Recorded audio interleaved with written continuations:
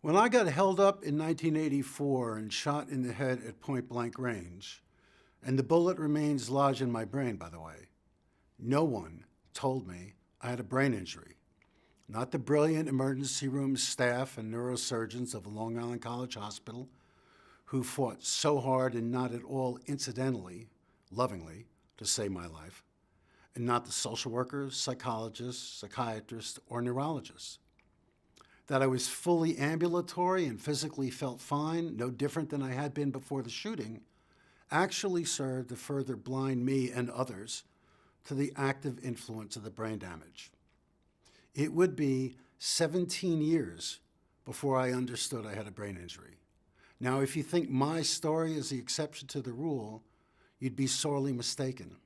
Unfortunately, my story is anything but unique. Consider this for a moment. The terms brain injury, traumatic brain injury, and TBI had yet to appear in the day's lexicon in 1984. It took the Afghanistan and Iraq wars and brain injury casualties for those terms to come into common usage. When I left the hospital, I was placed on anti-seizure medications, Dilantin, for a year as a precautionary measure. I was told that if there were no seizures after a year, there weren't, they'd take me off the meds. They did. Another heartfelt and salient piece of advice my doctors gave me came in response to a question I'd asked. No, Peter, you can't play contact sports anymore. Now, as much as that bothered me, and it still does, I knew they were right. If you're bopping through life with a hole in your skull and a bullet in your brain, you should probably try hard not to bump your head again. Not long after the shooting, my friends began to notice that almost like clockwork, I got into bad moods in the late afternoons and evenings. They'd last for the rest of the night. In the morning and for most of the day, I was fine.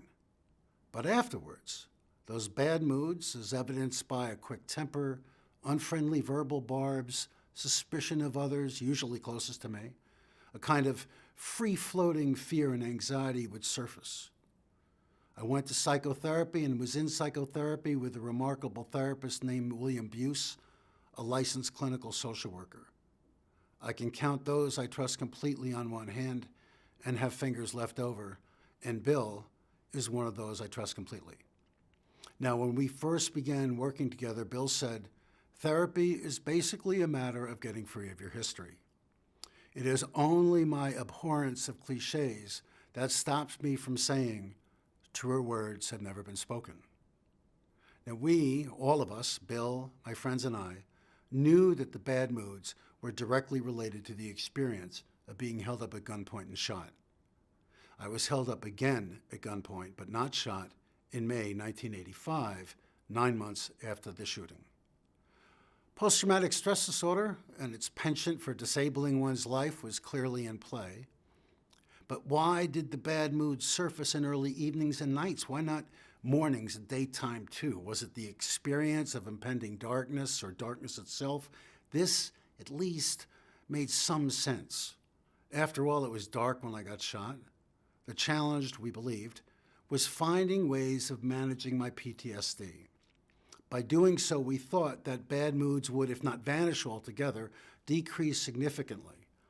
It would take more than 5 years of work in the field of brain injury, followed by a descent into the grips of alcoholism before the coin finally dropped, and I realized the injury to the frontal lobe was producing the bad mood show.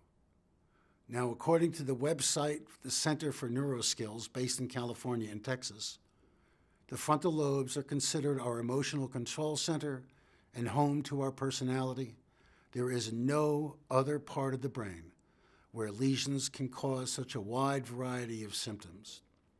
What was happening to me was this. When I was rested, my brain could compensate for the damage to the frontal lobe. When I was tired, the frontal lobe took the reins, so to speak. Finding the right medication is what it took for me to take control away from the injury. My advice when it comes to meds: think of medication as your employee. If it takes care of business and does a good job, let it keep its job. If it doesn't, talk with your doctor and let him or her know you'd like to fire the med.